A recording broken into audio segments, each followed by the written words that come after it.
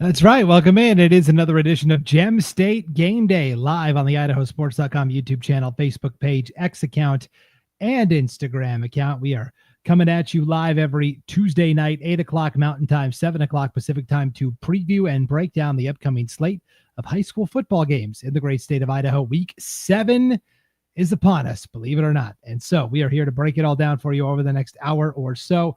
As you're hanging out tonight, again, live on the IdahoSports.com YouTube channel, Facebook page, X account, or Instagram account, we want to hear from you, the fans. If you've got a comment, a question you want to throw in the chat, we'll throw it up on the screen, no problem.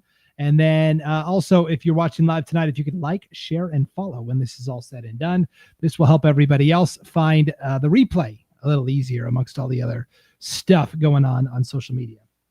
My name is Brandon Baney. Let's bring on our panelists for tonight. Joining us from North Idaho, you know him from the North Idaho Prepcast. It is Ryan Scaggs. What's up, Scaggs? How's it going this evening? Good, doing good. My Boston Red Sox got a nice 3-1 win over the Yankees, so I'm doing good. Yeah, I have a few friends that are Yankee fans that were losing their minds, so I was smiling inside this evening. So sad. Okay, also joining us tonight, live for the first time, making his IdahoSports.com on-camera debut. He has been working feverishly behind the scenes this fall as our intern for this school year. Former Skyview Hawk standout, still lives down in the Treasure Valley. Let's bring on Jonah Wockenfuss. Jonah, What's going on? How's it going? Good. Hey, thanks for hopping on. This is your IdahoSports.com debut. No pressure. Yeah, no pressure at all. No, you're running the show. You didn't know that, but you're running things, so let's go. Hey, it'll be a little rough, but we got this. Yeah, you are in the captain's chair. So no, okay. So we always start with Class 6A football. Let's take a look at what is going on with the latest standings first here in the 6A ranks. Everybody has gotten a couple of conference games in finally in that Southern Idaho Conference. Pretty much everybody except Rigby and the North Idaho schools have gotten conference play underway. So here are the standings. You look over in East Idaho, Highland and Madison are both 1-0. 2 wins over Thunder Ridge, who currently sits at 0-2. Rigby still 0-0, but they're 4-1 overall. That lone blemish was to Bishop Kelly a couple of weeks ago.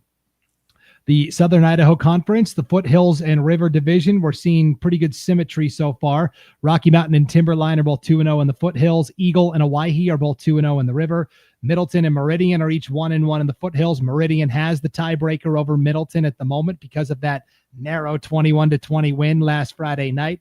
Boise and Mountain View are each 1-1 in the River Division.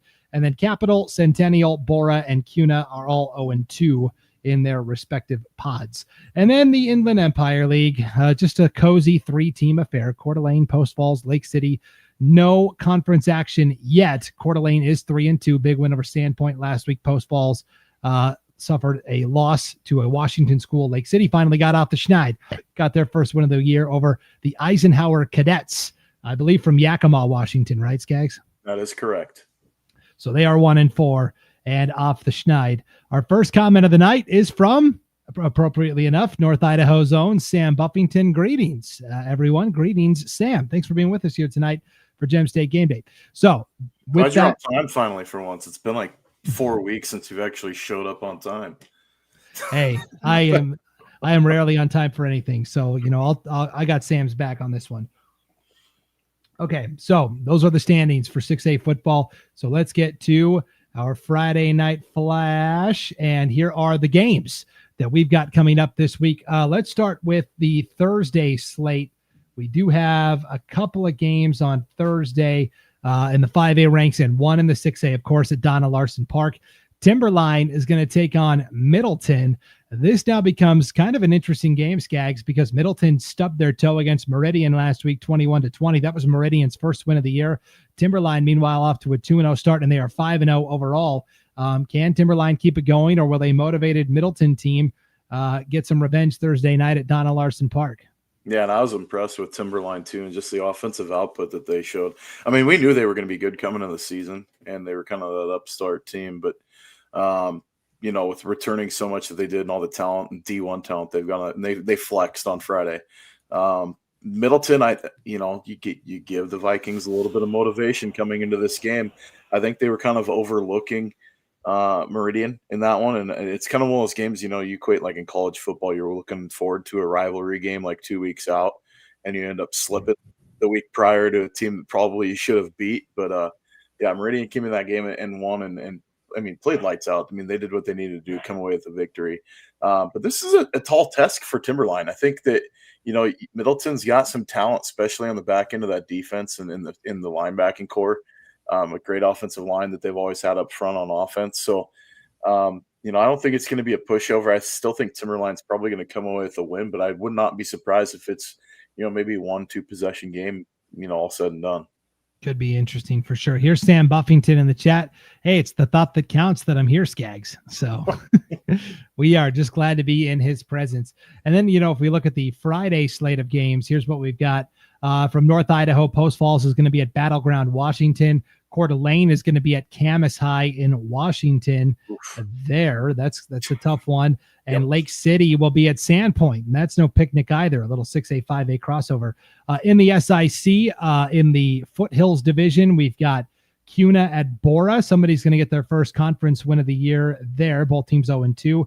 Boise and Mountain View, those are the two teams that are 1-1. So somebody's going to get separation there. And the two undefeateds, Owyhee hosting Eagles. So we've got the two 2-0 teams playing, the two 1-1 teams playing, and the two 0-2 teams playing. And then how about the River division?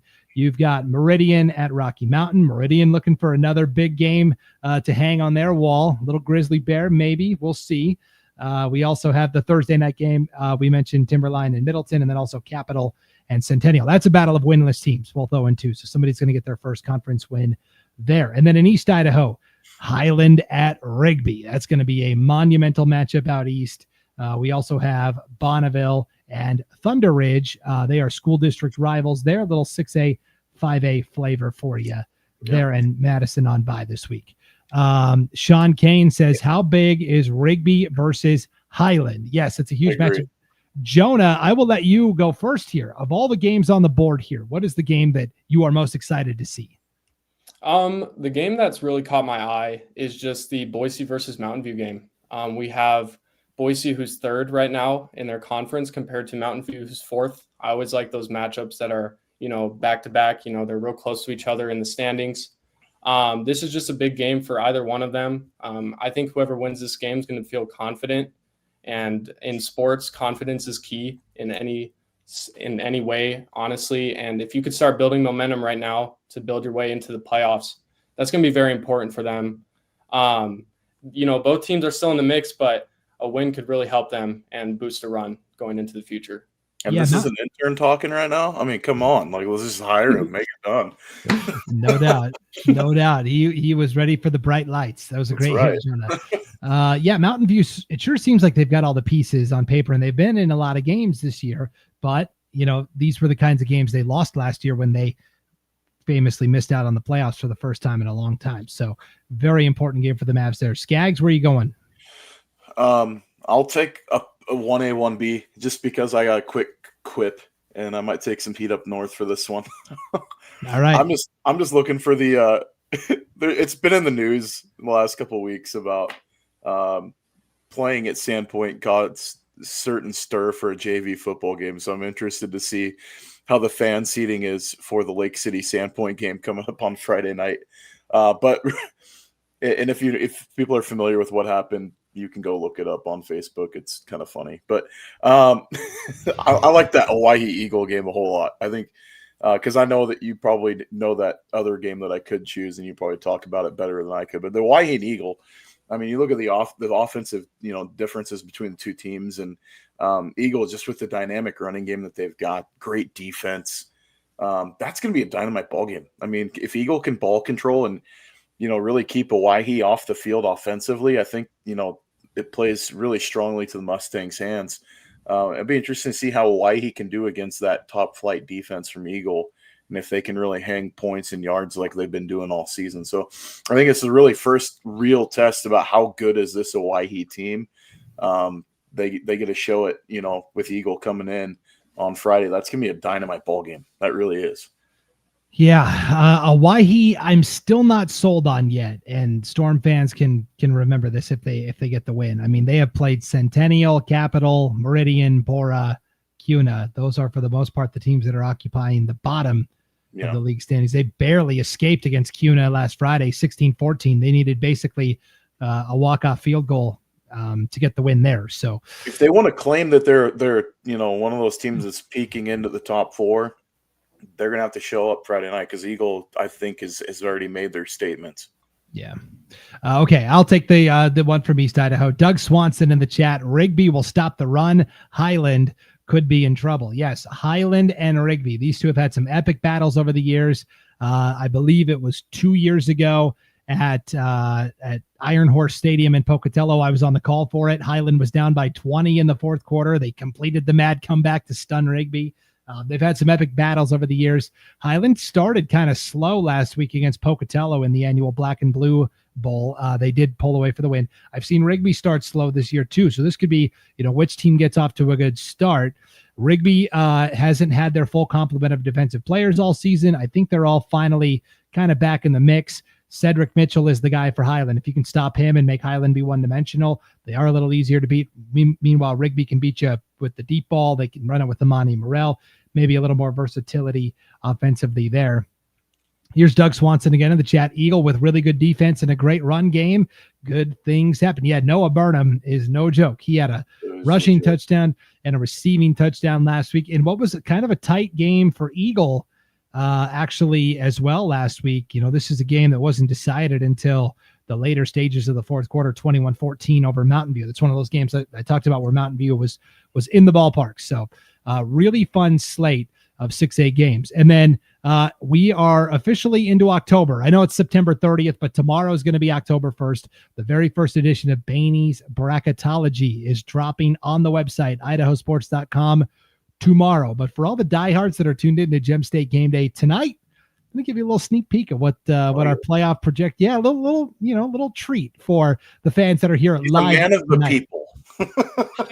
I try to give some of that exclusive content if I can. So this is we'll have the article tomorrow, and then we will have links to our projected brackets and how they look. So that's what I'm going to show you is the projected brackets. So the way the 6A bracket works, there are 9 automatic qualifiers based on district representation. 1 from District 1, 6 from District 3, 2 from District 5 and 6. There are 3 at-large berths via Max Preps. You may have to make your screen full size to see all of the info I've posted here. The big storyline here is North Idaho used to get 2 auto bids.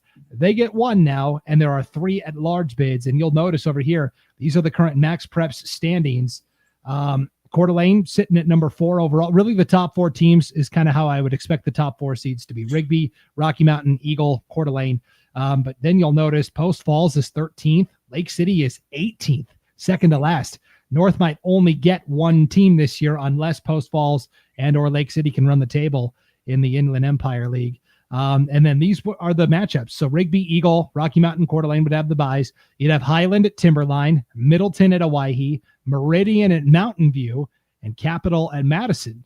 What do you think of this bracket, Jonah? This hypothetical 4 weeks out bracket. This will change a lot, of course, over the next couple of weeks. But it's awesome. I love that. I love playoff football and just playoffs in general, and just being able to see some of these matchups, especially like Owyhee and Middleton. We're able to see teams that usually see each other all the time, or occasionally at times. But it's very interesting to see how some of these matchups are going to go. And yeah, I mean, I'm interested to see how it's going to pan out in a couple of weeks. And Rigby and Rocky Mountain kind of on opposite sides of the bracket. Those have been the 2 big teams everybody's been circling this year. So that would be interesting as well if that can hold up there. I think it's the one that kind of stands out too is that Meridian getting the at-large with only a single win so far. I mean, that just kind of screams about their schedule on who they played early in the year. And that would attest to what Hayden's saying in the comments too. But yes. So here's Hayden in the comments. What has CDA done to be 4, not to be a North hater? It's that strength of schedule. They've played Rigby. They've played Sandpoint, which has bankrolled a lot of wins at the 5A level. They've played some really good Washington teams. It's built on those Washington teams. They're playing some of the top 5 programs in the state of Washington. They played Silverton, Oregon earlier this year, and I believe the Foxes are 4-0. Yep, they're still undefeated. So you just want to play good teams that are going to bankroll lots of wins. Doesn't matter where they're from or what level they're at. Doug Swanson says, looks good for East Idaho. We're ready to hang more banners. Let the smack talk begin. Oof.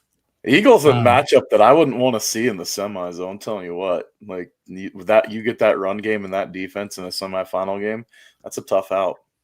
Rigby's pretty much taken their turn beating all of these powers over the years in the semis or the championship. So I don't think they really care whether.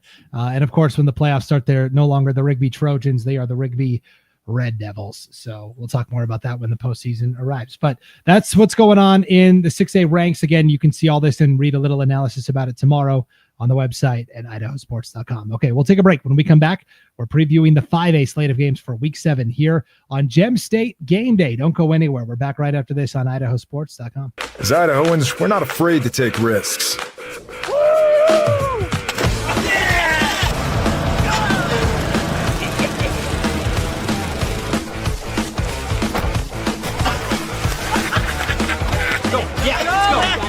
All the way. Go. All the way down.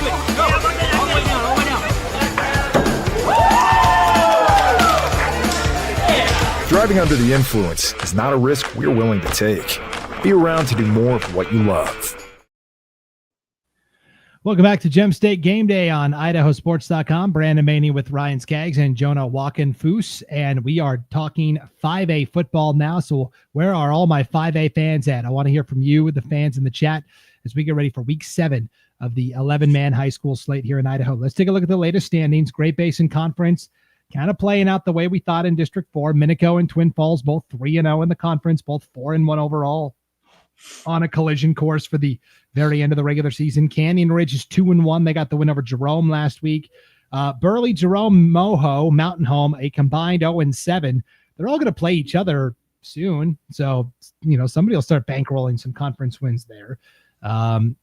We've got, Amanda Romans, I'll show off. Go BK. Yes, we're going to talk Bishop Kelly here very soon. High Country Conference over in District 6. Hillcrest is 3-0 in the conference, 5-0 overall. They had a nice win last week over Bonneville. You've got, over Shelley. Skyline's 2-1 in the conference, 4-1 overall. Only losses to Hillcrest. Blackfoot's 1-1 in the conference, 3-2 overall. Their only conference loss was to Skyline. So you kind of see the top three and how they stack up there. Bonneville's 1-2. Shelley 0-1. Idaho Falls 0-2, bringing up the rear there. Southeast Idaho Conference, Century still undefeated, 5-0.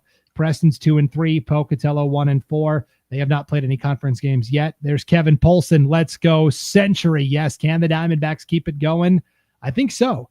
Here's Jeb in the chat. Blackfoot needs to prove that they belong with Hillcrest and Skyline. They might be out-athleted, but it's time for Blackfoot to challenge. Yes. And they still have a game with Hillcrest coming up. So that would be a prime opportunity. They lost by Skyline to Skyline by 2 scores earlier this year.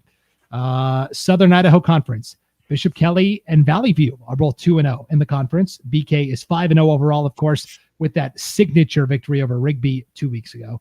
Valley View is 3-2 overall. Ridgeview is 1-1, and then you've got kind of the circle of everybody beating everybody. Columbia, Emmett, Skyview, Nampa, all 1-2 in conference play there. That conference is a mess. And then in the Inland Empire League up north, Lakeland still undefeated, 6-0. Sandpoint suffered their first loss of the year to Coeur d'Alene, 5-1. Lewiston is 2-4, but starting to build maybe a little momentum there. So that is what's going on in terms of the league standings. Here's Jeb in the chat. Century has yet to play a good team. What's the total win record for teams that have played Century? I know they've played Nampa, who is 1-5. They played Burley. Burley is winless. It is, it'll bear out in the, I'll just bring it up right now. This is, if the playoffs started today, the 5A state football playoffs, here's the bracket, here's the teams, here's the rankings, here's how it would look. A 16-team bracket. I've heard that's going away next year. I'm personally in favor of that. 16 is too many teams in terms of, who's getting to the playoffs here. The top 8 seeds automatically go to schools based on representation. And then the bottom 8, 9 through 16 is at-large bids awarded via Max Preps. You get 1 team from the North, 2 from District 3, 2 from District 4, 1 from District 5, and 2 from District 6. So Century right now is our projected conference winner from District 5. They would get the number 8 seed overall by virtue of being one of these 8 automatic qualifiers. But you'll see they're all the way down here at number 13 in the Max Preps rankings, despite that 5-0 record. And that is due to the strength of schedule component. So we'll come back to this in a second. But first, Hayden says all of this is a little premature. The Bengals, Lewiston Bengals. So, hey, when we get to October, I start giving the people what they want. All right. That's the bottom line there. Let's take a look. Thursday, a couple of big conference matchups in the Southern Idaho Conference. Bishop Kelly at Skyview at Bishop Kelly, and then Emmett at Columbia. Jonah, your alma mater, Skyview, came in with not a lot of fanfare, but they've had some really good offensive performances this year. Trevin Plouffe had 8 touchdowns just 2 weeks ago. Could the Hawks shock the world and knock off Bishop Kelly? What do you think? This hurts me to say, but I don't think they will. BK has just been so impressive this year. And I even went to the Nampa Skyview game last week on Friday, and Skyview struggled, especially on kickoff returns. Nampa actually had 4 onside recoveries that game, and that was something that I've never seen before, and that was something to be concerned about for Skyview. They also really, from what I've seen, struggled against the run game.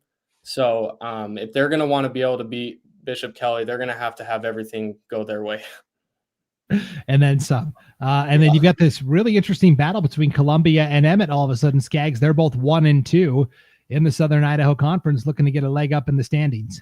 Yeah, and that was, Columbia, at the beginning of the year, we were singing their praises like crazy because what they had been pulling off, and then all of a sudden things are falling off, and we had written off Valley View kind of almost dead to rights after like week 3, and then look at the run that they've put together too. So I mean, this conference is wacky. I still think it's Bishop Kelly's to win. I don't necessarily know if there's enough firepower on some of these teams to really push BK based on the lineup that they've been pushing out week in and week out and just the results. Is there a chance for BK to slip?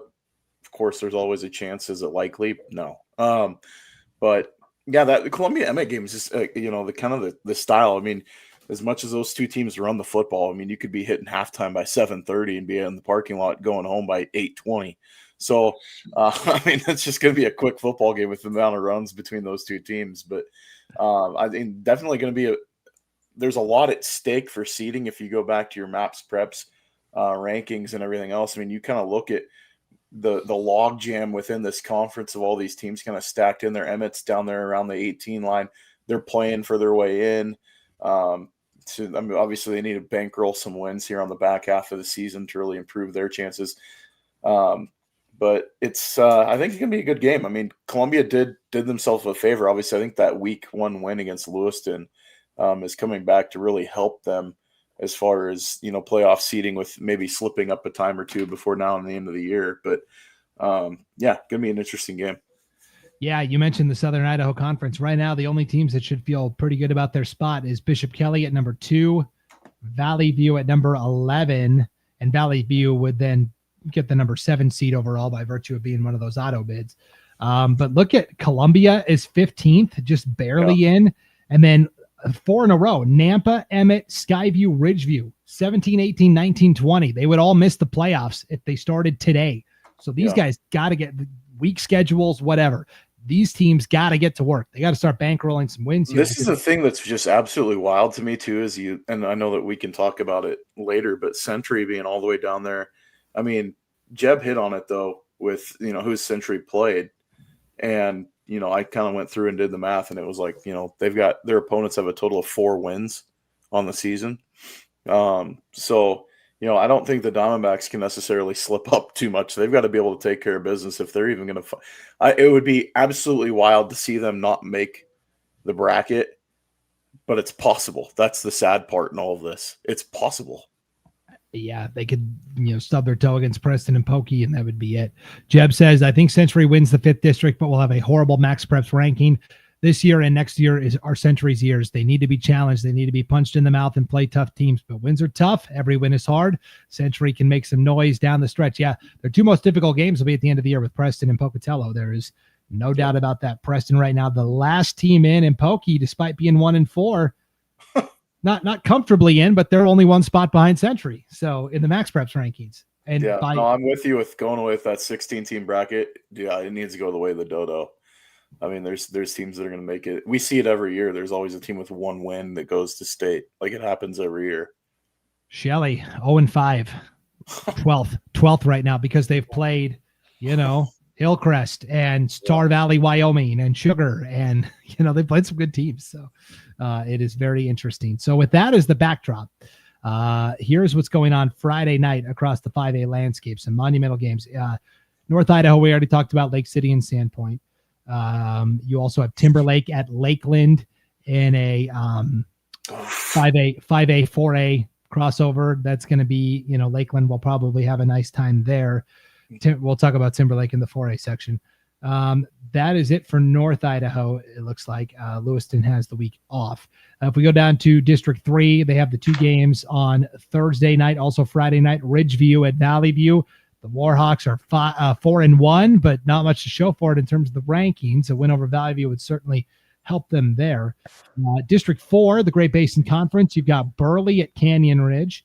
You've got Jerome at Mountain Home. Somebody's going to get their first conference win in that matchup there. You've also got a fun non-conference game, Pocatello at Twin Falls, District 5, District 4 there. And Idaho Falls will travel to Minico, District 6, District 4 crossover there. And then in East Idaho, Preston is going to host Sugar Salem. Century's got the week off. And then up in District 6, a couple of conference games, Hillcrest at Blackfoot, Shelley at Skyline. And then we talked about Bonneville and Thunder Ridge in that non-conference battle there. So that's kind of what's on the board. Caldwell, of course, an independent. They're playing Wood River this week also. Jonah, give me the game you're most excited for here Friday night. You kind of mentioned it earlier, but I like the Ridgeview Valley View game, especially for Ridgeview. This is a big chance for them to get up the rankings. Valley View's sitting at second right now, but Ridgeview's right below them. I mean, they're 1-1 in the conference, but if they get a win, that could really help them, especially get onto that bracket going into the playoffs. I'm very curious to see if Ridgeview can climb up these rankings because Valley View is sitting at second, but like I said earlier, if Ridgeview can pull off a win, who knows? And that could build some serious momentum. Yeah, Ridgeview, I'm surprised they're ranked as low as they are because they've got 3 wins over Canyon Ridge, Wood River, and Caldwell. Those are not necessarily like juggernauts. They lost to Emmett by only a point, 27-26, but Emmett is ranked 18th, so I guess that didn't help them that much. And then they did beat Columbia 23-21, which I thought was a good win. Basically, the computers don't think the Southern Idaho Conference is any good. So any wins are not going to improve your Q rating much at all. So I don't know. That's a tricky spot for those teams that are at the bottom of that 5A SIC. Scaggs, as Jeb says, yeah, all the last teams in have bad Max Preps rankings. Agreed. It's going to be kind of ugly there at the bottom, especially with 16 teams. What's the game you're looking forward to? I mean, since Jonah took the one I was going to pick, I really will stay up north. That Sandpoint Lake City game to me is intriguing for the fact of Sandpoint's. I mean, they fell flat on their face last week against Coeur d'Alene. I was there in person. We had the call in that game, and one person I was insanely impressed with was Brock Yarborough. That kid is an absolute stud, and I know that Maverick Gomez, because of his speed, gets a lot of the fanfare, and Gomez, the unfortunate happenings within his family and losing his uncle last week in that boating accident, and our hearts and prayers go out with him and his family. But it was an emotional game. You could tell for him at the end. And, but how I saw, Buckout came back in, he went out with an ankle injury early in the game and came back in, and hopefully he's all right. I mean, he played okay down the stretch in the second half at times in spurts, but, it was just they couldn't really get things moving at Coeur d'Alene. I want to see how they can respond after getting exposed in that game last week against the Lake City team that's coming off their first win of the season. They play Sandpoint pretty tough. I mean, the last few times they've played them, they haven't necessarily come away with wins, but Lake City's getting some stuff figured out with Coach Hout's crew, and I want to see how Sandpoint responds with some adversity and coming with their back, after that loss to Coeur d'Alene. How do they come out and get the offense moving again at the clip that they were? Because, they were just flat handcuffed last week. And if they're going to have hopes of knocking off Lakeland and Lewiston down the stretch, they've got to get some momentum built back up again. And I said this last week in our prepcast, of all the teams in 5A within the IEL, Sandpoint has the highest ceiling, in my opinion, because of the schedule. And so, if you're going to the Lakeland Timberlake game, you're going to get to know the Lakeland fight song really, really well. It's going to be one of those games on Friday night. But we look at those two teams, Lakeland and Sandpoint. I think there's a really there's a chance in there that Lake City's going to push them to like a one possession game. But I want to see within that conference how that starts to go, and if Sandpoint really pushes themselves to get that momentum back. The stretch in the IEL 5A is going to be awesome. You get that stretch of games of Sandpoint, Lewiston, Lewiston, Lakeland and Sandpoint kind of finishing out the year. That's going to be some dynamite football right there. And I like Doug's comment. Shout out to Lakeland also. If you haven't seen, Lakeland is the one that's in the running with the T-Mobile $1 million upgrade. They're in the top 4 in the nation right now. So folks can get on and go to the Lakeland football webpage. There's a link.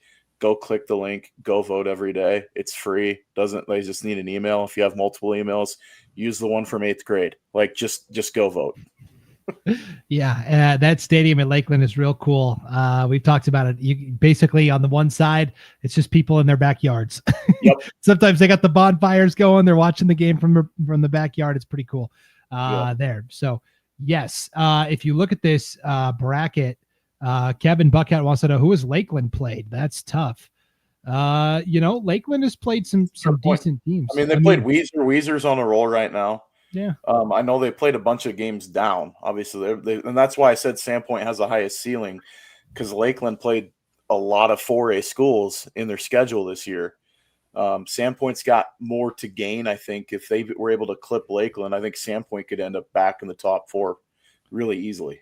And here's why it's important, because only one team from the north gets that top 8 seed. Whoever takes second automatically will drop to 9th or worse, even though they're both 4 and 5 right now in the Max Preps rankings. We saw that last year too. This happened last year. Lewiston dropped and had to go all the way to Twin Falls, and they lost. So right now, Sandpoint is our number 9. Lakeland is our number 4. It's kind of a shame that the number 5 team overall, is going to hit the road. And for Sandpoint, who's already hit the road so much this year, I really hope they don't have to go somewhere just 3,500 miles this year. Look at this first round matchup potentially. Sandpoint at Century. Sandpoint will take the matchup. Yeah, I don't know. I'm not complaining about that first round matchup, but that's just me. Okay, but then you got Hillcrest. I know. That's the downside, man. I hate the auto bid system for overriding the Max Preps rankings. I really do. Yeah, that's tough. Okay, just to wrap up, Blackfoot Hillcrest obviously is the premier game in East Idaho. Here's Tina Hillman in the chat. Lakeland played and smoked Post Falls. You know what though? It was Post Falls' homecoming, and they were lighting those fireworks off no matter what at the end of the game. That was a nice show they put on. So, yeah, hey, I love it. Lakeland and Sandpoint know the deal. There is going to be no love lost between those two rivals when they meet up. And then, don't forget about Lewiston. Lewiston's kind of quietly doing their thing. They're like, hey, Lakeland Sandpoint. Yeah. We'll just throw haymakers. we'll just keep doing our thing over here. So obviously Hillcrest Blackfoot, this is the measuring stick game for the Broncos. Can they take that next step? Skyline and Shelley, Shelley may take the L here and probably still be okay with the Max Preps rankings. It'd be like 0-6, but still probably in the playoff field. But at some point you have to start, you got to win something. Like you can't just keep going winless and get in. And then I did misspeak earlier. Century is playing a non-conference game hosting Teton. Jonah, that will be by far their toughest game of the season so far. This could this be the first L that the Diamondbacks take this year? Hey, why not?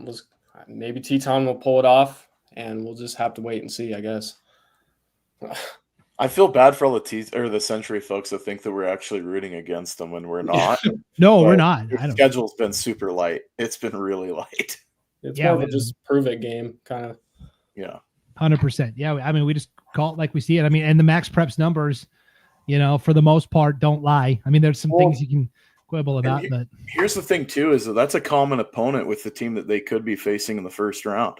And so if you want to know how you compare to Sandpoint went to Teton and played them already. So, here's your opportunity to see where you're at, measuring stick game. Yeah, won by about 20 there in week 2. So, all right, lots going on in 5A. Lots happening in the 4A ranks, too. Are the contenders starting to emerge? We'll find out right after this. Don't go anywhere. Gem State Game Day is back right after this on IdahoSports.com. Once again, we have contributed to your ideal college savings program. Love, Grandma and Grandpa. Ideal. Eventually, they'll appreciate it. Awesome. Thank you. I love it. College costs money. Welcome back to Gem State Game Day, live on the IdahoSports.com YouTube channel, Facebook page, X account, and Instagram account. Doug Swanson says, Teton fired up after the Snake River loss. They lost by a point to the Snake River Panthers last week as we take a look at our 4A conference standings. While you're hanging out tonight, of course, we want to hear from you, the fans, as you're in the chat. Throw your comments in. We'll throw them up on the screen. Also, if you're hanging out, could you hit the like button or follow or subscribe, and then share this when it's all said and done? That will help everybody who's not here live find this a little easier on replay amongst all the other social media stuff that's going on. So, all right, let's talk 4A football, fellas. Brandon Baney with Ryan Scaggs and Jonah Wockenfuss. Intermountain League. Nobody's played a conference game yet. Bonners Ferry and Moscow, both 4-2 on the season. Timberlake is 1-5. Did finally get their first win of the season last week by 3 over St. Mary's, a 3A opponent. Mountain Rivers Conference, Sugar Salem 4-1, Teton 2-3 after that loss to Snake River. South Fremont is 2-4. Sawtooth Central Idaho Conference in District 4, Buell and Filer both 1-0 in conference play, both 4-1 overall. Filer played Battle Mountain, Colorado in a late game Saturday, late addition to the schedule, won pretty easily there. Gooding's 3-1 overall, hasn't played in conference yet. Kimberly is 2-3 overall, but you got to remember the 3 losses are to Sugar Salem and Fruitland and Homedale. They're 0-0 in conference play. Wood River is 0-4. And then speaking of the Snake River Valley Conference, there's Fruitland at 5-0. There's Homedale at 5-0, both 1-0 in the conference. Weiser defeated McCall Donnelly 21-14, very low scoring game to pick up their first conference win. And then McCall Donnelly and Payette each took their first conference loss. They're both 3-2. And Coal Valley Christian is 2-2. And then District 5, Snake River 1-0. Bear Lake 0-1. American Falls yet to play a conference game. They are 5-1 overall, though the best overall mark. And Snake River is 3-3 overall there. So with those standings as the backdrop, let's take a look at what's happening Friday night in the 4A landscape. Let's start up north. We talked about Timberlake's going to travel to Lakeland. You've got Moscow traveling to Kellogg, a 3A school there. And it looks like Bonners Ferry has the week off. Down in District 3, that Snake River Valley Conference, everyone's still getting into conference play. We've got Weiser at Homedale. The rivalry renewed on IdahoSports.com, I believe. I will double check that. Coal Valley Christian is at McCall Donnelly Friday night as well. And then Payette is at Fruitland. District 4, you've got Wood River and Caldwell in a non-conference affair. You've got Buell at Gooding. Okay, it's time for Gooding to prove, okay, are you ready to take that next step? You're 3-1, but here's the conference opener. You've also got Kimberly at Filer in a conference battle there. And then in East Idaho, we talked about Teton and Century in the non-conference game. You've got South Fremont and Bear Lake in a non-conference game.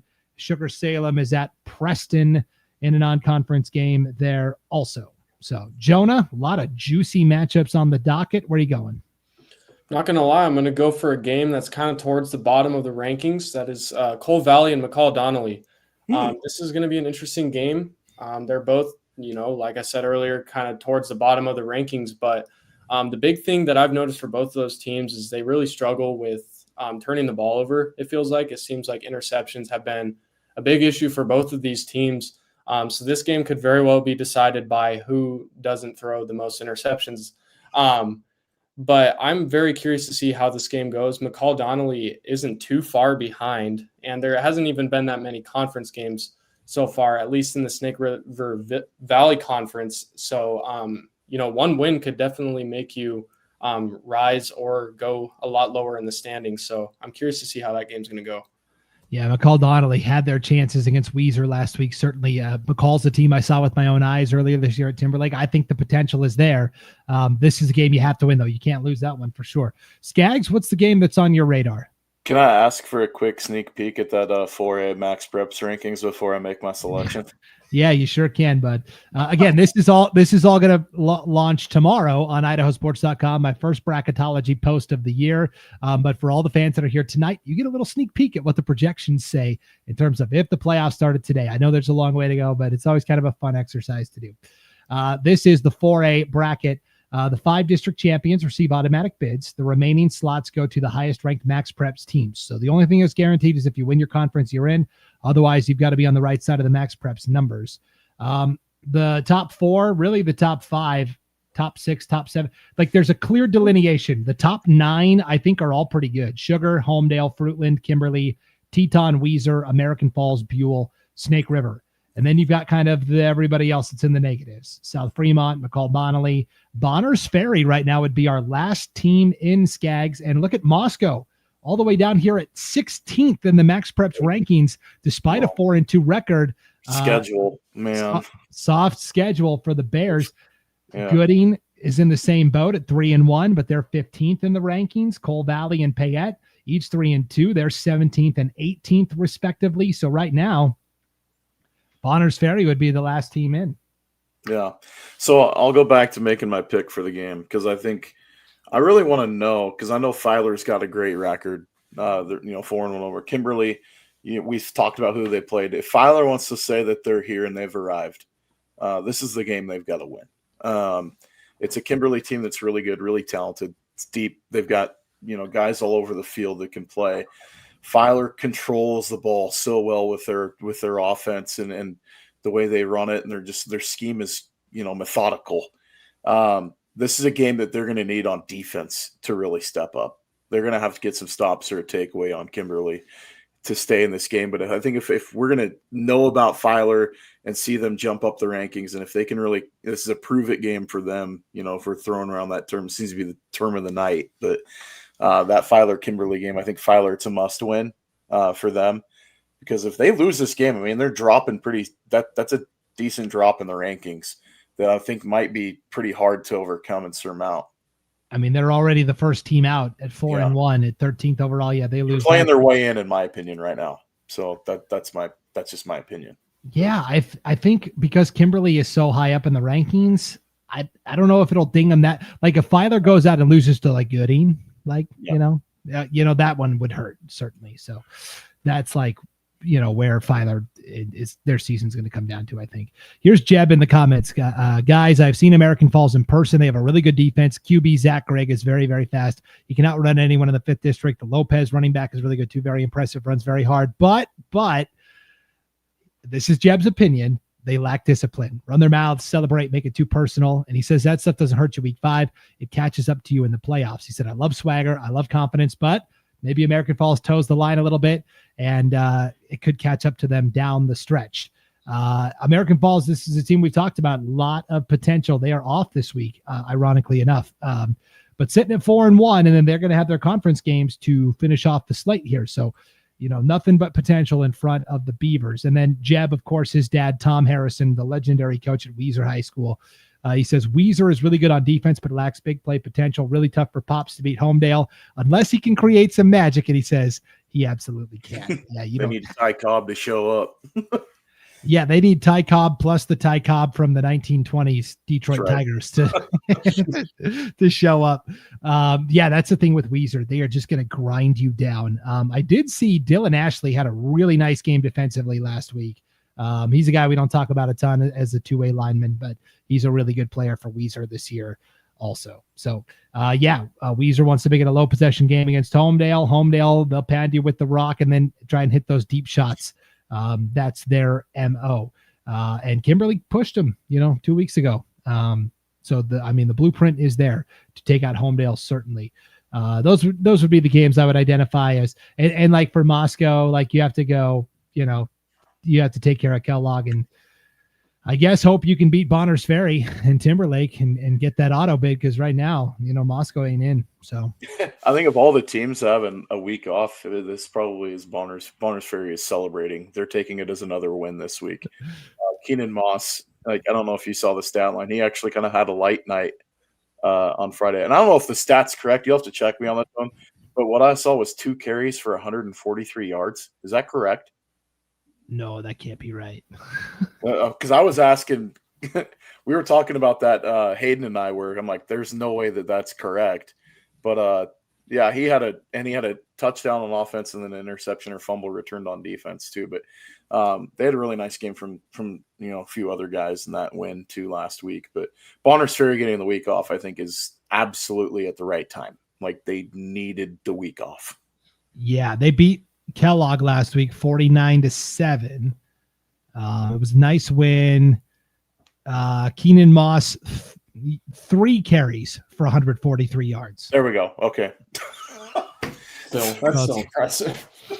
Only That's opposed to, like, what did he have a game a couple weeks ago? It was like 37 carries for 300 and change. Like, yeah, that dude, light night for him. Good grief. only 47 yards a carry there for Keenan Moss. All right. Jonah, do you know who Ty Cobb from the Detroit Tigers is? Are you a big baseball fan? Unfortunately, my favorite team's the Rockies, so it's kind of hard to pay attention sometimes just because they're historically bad. But I've never heard of his name, but yeah. You're asking a young buck. It's like asking him if he knows about the Spanish Inquisition. I mean, he had a good reaction when I said it earlier. That's why I thought one of the greatest hitters of all time, played in the 1910s, 1920s for the Detroit Tigers. Jeb got it. If you build it, they will come. Cobb reference there for Field of Dreams. Great baseball movie, definitely. So, all right. That is 4A football. One classification to go. When we come back here on Gem State Game Day, we will talk about the wild Class 3A ranks. The media can't get together on a consensus for the top 5 in the poll. The coaches can't get together for a consensus on the top 5 in the poll. I don't even think Max Preps can find consensus on the top 5 in the poll. So we will get back to it right after this here on IdahoSports.com. As Idahoans, we're not afraid to take risks.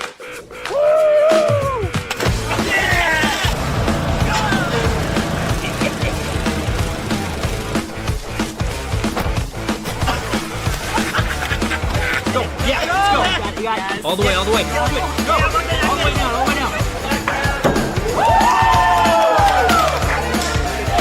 Driving under the influence is not a risk we're willing to take. Be around to do more of what you love. Welcome back to Gem State Game Day on IdahoSports.com, live on the IdahoSports.com YouTube channel, Facebook page, X account, and Instagram account. Brandon Baney hanging out with Ryan Scaggs and Jonah Wockenfuss. It is time for our 3A breakdown. Let's take a look at the latest conference standings. Up north, Central Idaho League, St. Mary's and Priest River, both still 1-0 in league play. Kellogg is 1-1. Grangeville and Orofino bringing up the rear, each 0-1.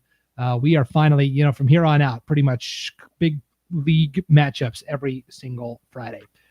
Nuclear Conference, the Nuke, Ryrie and North Fremont, both undefeated still, 1-0 in the conference. Ryrie is 6-0 overall. North Fremont is 5-0 overall. West Jefferson still undefeated as well. They haven't played any conference games yet, but they're 5-0. Beat Grangeville in that neutral site game last Friday in Nampa at the Bulldog Bowl. Salmon is 2-4. Wins over Orofino and Stevensville, Montana, my alma mater, earlier this year. And Firth has fallen on hard times. Preseason team that people thought would contend, 1-5 overall, 0-1 after dropping their conference opener to Ryrie last Friday. Southeast Idaho Conference, West Side hanging out 1-0. They got the big win over Declo, 20-8, I think was the final. It was a 2-score win, low scoring game, fun battle there on IdahoSports.com. So it's West Side and Malad. Of course, we all saw that. Both 1-0. Declo is 1-1. Aberdeen and Soda Springs both 0-1. But these top 4 are all pretty good teams. Excited to see them all play each other. Declo has beaten Aberdeen and lost to West Side. So they've got kind of the 2 tough opponents out of the way there. And then the Western Idaho Conference, New Plymouth and Marcy, both 1-0. Nampa Christian has not played their WIC conference opener yet, but they're 2-2 on the season. Parma and Melba each 0-1 in league play. Melba is 0-5, still looking for that first win of the season there. And so if we look at the 3A bracket as it stands, if the playoffs started today, here's Gabe Montero in the chat. That's a name I recognize from the Ryrie Bulldogs. Let's go, Ryrie. And here's Pete Huomny. Ryrie Bulldogs are looking fire. So, yes, the run-in Bulldogs from Ryrie right now would be the number 2 seed if the playoffs started today. They are only behind West Side in the Max Preps rankings. But look at these numbers. I mean, the top teams in like the other classifications have 50 or 40, or West Side's checking in at 8.3 on the rating. So, West Side, Ryrie, North Fremont, Aberdeen, Declo, Nampa Christian, West J, Malad. That's a pretty good top 8. You feel pretty good about that. Then you've got New Plymouth, Melba, Marcine, Soda Springs, Firth, Grangeville. I mean, look at this, Ryan. I know. We talked about it with. I'm just scratching my head right now. We talked about this at the 5A with the Southern Idaho Conference. No respect for the 3A Central Idaho League. Grangeville. The 0-1 Grangeville Bulldogs are actually the highest ranked team according to Max Preps at 14. St. Mary's is 15. Kellogg is 16. Priest River is 17. So somebody we're punching air right now. Yeah, here's Hayden. Wow, the 3A rankings are doing the North no favors. Yeah, I agree. I mean, you look at that too. That St. Mary's right now projected to be the 4 coming out of that, but. You're telling there's an 0-5 Melba team right now that could be 0-6 that's still going to be ahead of, some of those CIL teams. I mean, okay, that's tough to swallow right now. Yeah, here's Brandon Goins from Priest River. Crazy Max Preps. Yeah. I'm with you, man. Yeah, and Priest River's played some tough teams, from Washington and took some lumps after the really nice start. So hopefully we see the Spartans turn things around. But, man, the Lumberjacks, they've been on a bit of – they obviously slipped up against Moscow, but playing tough right now. Yeah. So St. Mary's – so the 4 district champions automatically receive a first-round bye, and then the remaining slots go to the next highest-ranked Max Preps teams. The quarterfinals will be seeded 1 through 8 based on the rankings, with the exception of the District 1-2 champ will be seeded number 4 unless they earned a higher rank, which means for the moment we're projecting St. Mary's as our CIL champ because they are technically tied with Priest River. They've got the higher Max Preps ranking. That's how we do that. So the Lumberjacks go from 15th in the Max Preps rankings to the number 4 seed and hosting a home quarterfinal game. Yeah, but I still got to get through Priest River too. And big if, yes. Yeah, that's a big if. But and I still like the Lumberjacks in the conference right now. I really do. But I'm sorry, the Spartans. I like the Spartans a lot. But I really do think that Coach Humphreys has done a phenomenal job at St. Mary's year 1. You asked me in a team that's on exceeded expectations, in my opinion. That's probably the first one that comes to mind in 3A. St. Mary's has done, I think they've well exceeded my expectations for the year so far. Yep. And Coach Goins says we will be back healthy for St. Mary's. So that should be interesting. So with that as the backdrop, let's take a look at the Friday lineup of games across the 3A landscape here, gentlemen. We've got let's start up north. Priest River taking on another Washington opponent, Colfax. We'll see if that helps them move the needle a little bit. Orofino. It'll put a 1 in the column. Let's put it that way. So. May not help the strength of schedule. Okay. Orofino at Grangeville up north as well. We talked about Kellogg hosting Moscow. Also, St. Mary's has the week off. Down in District 3, Melba at Nampa Christian. By the way, Melba 10th in Max Preps, despite being 0-5. They would be in as the second to last team into the field right now. Melba at 0-5. Opportunity to send a statement against Nampa Christian in the Trojans conference opener. Parma's at New Plymouth. That's a game New Plymouth has to win if they want to keep maintaining what they've done so far. There. Over in Eastern Idaho, you've got Aberdeen at North Fremont. Really fun non-conference game there. You've got Soda Springs at Westside in a conference affair, Firth at Salmon in the Nuclear Conference, and West Jefferson at Ryrie. And Jeb has been talking about Ryrie in the chat, so I'm going to put them all up here. West J and Ryrie, a 2-point game. Write it down. West J runs a great wing T. Ryrie runs a great double wing. He's got Ryrie at -2. He says Huntsman at Ryrie has done a great job. That's Coach Josh Huntsman. He's coached in Utah and Arizona previously. I think this is his 3rd or 4th season at Ryrie. Has done a fantastic job. Jeb says, no idea who the coach at West J is, but he's doing really good things. I penciled and recorded his sweep play versus South Fremont, and it was really good. Great work, Coach. Yeah, Corey Hall is the coach at West J, and no surprise, guys like Isaac Hall and Mac Hall and all sorts of Halls doing things with the ball at West Jefferson there. So Ryrie and West J is going to be a fun game. I don't know if that's where you were going, Jonah, but go ahead. The board is yours. I like the Nampa Christian Melba game, and just seeing the fact that Melba is on the bracket just frustrates me, especially since they haven't won a game. I don't know why that just makes me so frustrated, but Nampa Christian, this is a good chance for them to, it's their first conference game. It's a good chance for them to win, then build some momentum. From what I've seen, it seems that Melba struggles against the run on defense. So if Nampa Christian could get the run game going, I could see them being very successful this game. And yeah. Well, already Max Preps is drawing frustration out of you. You're going to fit in just fine at IdahoSports.com. Yeah. Jeb says in the chat, sorry to get sidetracked here, not Corey Hall from BSU. No. This is Corey with C, Cory, Corey Hall. Not the pride of Glens Ferry, Corey Hall. No. And great fullback for the Green Bay Packers when they won the Super Bowl in 2010. So, okay. Yeah, Melba at 0-5, sitting there 10th in the rankings. Kind of interesting. Scaggs, what do you got? Oh, man. You're pushing me on the kind of a light slate, too. It is. Let's see. I'm going to go, we'll take that Ryrie. Or sorry, North Fremont Aberdeen could be interesting. I think so. Yeah, I think that's a game that could be really interesting between those two teams. North Fremont undefeated in conference, 5-0 overall. A nice little non-conference affair. Aberdeen's got, and I talked to Sean Kane about them a little bit weeks past. They got ability to score points on offense. That could be a really interesting game, especially come rankings time, because Aberdeen's going to carry some weight too. That has the intriguing eye for me as far as what's on the slate. I think that game's probably the best of the field for this week, in my opinion. But yeah, go ahead. Yeah, no. So North Fremont is 5-0, win over Salmon, and then 4 other non-conference wins over 4A schools: South Fremont, Bear Lake, Marsh Valley, and Teton. I think they were the last game for Marsh Valley. Marsh Valley shut it down after the season. They waved the white flag after that game. After they played North Fremont. And Aberdeen, I feel like, is a team that's getting no respect right now.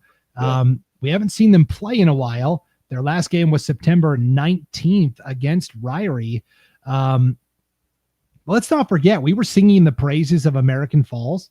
Aberdeen beat them 23-13. Their losses were by 7 to Declo, 21-14. And then they lost to Ryrie 20-8. And we've been talking about how good Ryrie is. Nobody is talking about Aberdeen. I think Aberdeen's a really good team. Yeah, they're 2-2, whatever. I think people are really dismissing Aberdeen, and so I'm really intrigued to see how that game goes there. So that would be the game I'm keeping an eye on there as well. And for Westside, just some stability. I mean, they've had some teams pull out. They've had some games get canceled. Just getting back to football for Westside is going to be really good. That started last week with Declo. Try and keep it going against Soda Springs this week there. So, all right, that is we did it. Only 2 more pieces of business to get to, guys. Let's check out the game stream schedule. What is on tap this weekend on IdahoSports.com? Friday, we've got some really fun action. 11-man football. Aberdeen and North Fremont, the aforementioned game we just talked about. Highland and Rigby. How about it? Teton and Century, and that really fun. You want to see what the Diamondbacks are all about? You can tune in Friday night at IdahoSports.com. Weezer and Homedale, the rivalry renewed over in Homedale. And then some really fun 8-man games as well. Genesee and Wallace, Kendrick and Potlatch, Rockland and Cary, and Logos and Butte County on Saturday in a neutral site game. So that's what we got this weekend. That is 8 games, 4 11-man, 4 8-man. And you might be wondering, hey, how come you guys didn't talk any 8-man football? That's tomorrow night, the Idaho 8-man prepcast. Myself, Will Henneke, and Coach Lane Kirkland will break down all the big 8-man storylines. And the CIL fans can get a preview of that Logos team that they will be facing next year in conference play, as the Logos is going to play 11-man football next year. Yes. They played Orofino. Their JV played Orofino Friday night and got the win. I was going to say that. Yeah. Yep. Already preparing for how that might go. And then don't forget as well, we've got the Gridiron game picks on IdahoSports.com. It's right at the top of the homepage. Let's see, IdahoSports.com. Everything you need on Friday night is right here. Game streams, that's where you can watch the live games. The Friday Night Flash, that's our live and real-time updating scoreboard. As we get scores from around the state, we put them in and update the scoreboard. The Gridiron game picks, this is your chance to be smarter than the IdahoSports.com experts. Let's take a look at last week's contest and see who won the picks for week 6. I was the champion in week 5, Scaggs. I know you've got 2 overall wins. And oh my gosh, Sean Kane from the East Idaho Prepcast. He took first place last week. Are you kidding me? How did we allow this to happen, Scaggs? How did I end up 5th, but I had more tiebreak points? I don't know. Well, because Sean got 49 correct and you got 48. And it's also because my name starts with an R, I think. Yeah, that's probably how that went. I mean, you can just go to the season standings, though, and I'll brag. But yeah. Yes. Oh, man. Paul Kingsbury took 19th. Paul Kingsbury line moved up this week. Where are my picks? I thought I got my picks. You didn't submit. One game. the sample game I always do here on the Prepcast on GameDay Game Day. Well, that explains that. Okay. There goes your chances of a season victory. Oh yeah, boy, what a monumental mistake there. So again, it's the homepage. You go to Gridiron Game Picks. You can see the season standings where Ryan Scaggs is still number 1, 275 correct picks. You've got a healthy lead. Yeah. Sean Kane is 3rd. Paul is 19th because of my bumble last week. I'm 37th, so I'm out of it for the season, but can still have some fun there. So if you want to participate, you just go to submit and edit picks. It may ask you to sign in. It may ask you to set up an account. All you got to do is set up an account. It's free. And then you go to weekly contests. We are now on week 7. Oh, the week 7 contest isn't in there yet, but you go here, you click select edit picks, and then it's got all the games, and you just pick the game that you think is going to win. I picked Adrian, Oregon to beat Grace, and I got it right last week. It was the one game I got correct. So, all right, there you go. That is the grid. So, Jonah, you're going to have to start participating in this every week. See how you can see how the intern does against the experts from IdahoSports.com. Yeah, I'll get going on that especially for week 7 coming up. Yes. We'll see if you can be the week 7 winner. Good luck to everybody out there playing this weekend, whether it's the Gridiron Game Picks or playing on the Gridiron itself. And gentlemen, thank you for joining me as well here on Gem State Game Day. Ryan, as always, it's a pleasure. Yeah, my pleasure. Look forward to having you on Wednesday. Yes. North Idaho Prepcast tomorrow on IdahoSports.com. Jonah, you're going to be back next week here on Gem State Game Day, right? Yes, that is correct. Okay, looking forward to more good nuggets. Great first show, Jonah. You did awesome. Thank you. Yeah, perfect. A lot of fun. So for Ryan Scaggs and Jonah Wockenfuss, my name is Brandon Baney. Thanks for tuning in to Gem State Game Day, everybody. We'll see you next Tuesday on IdahoSports.com.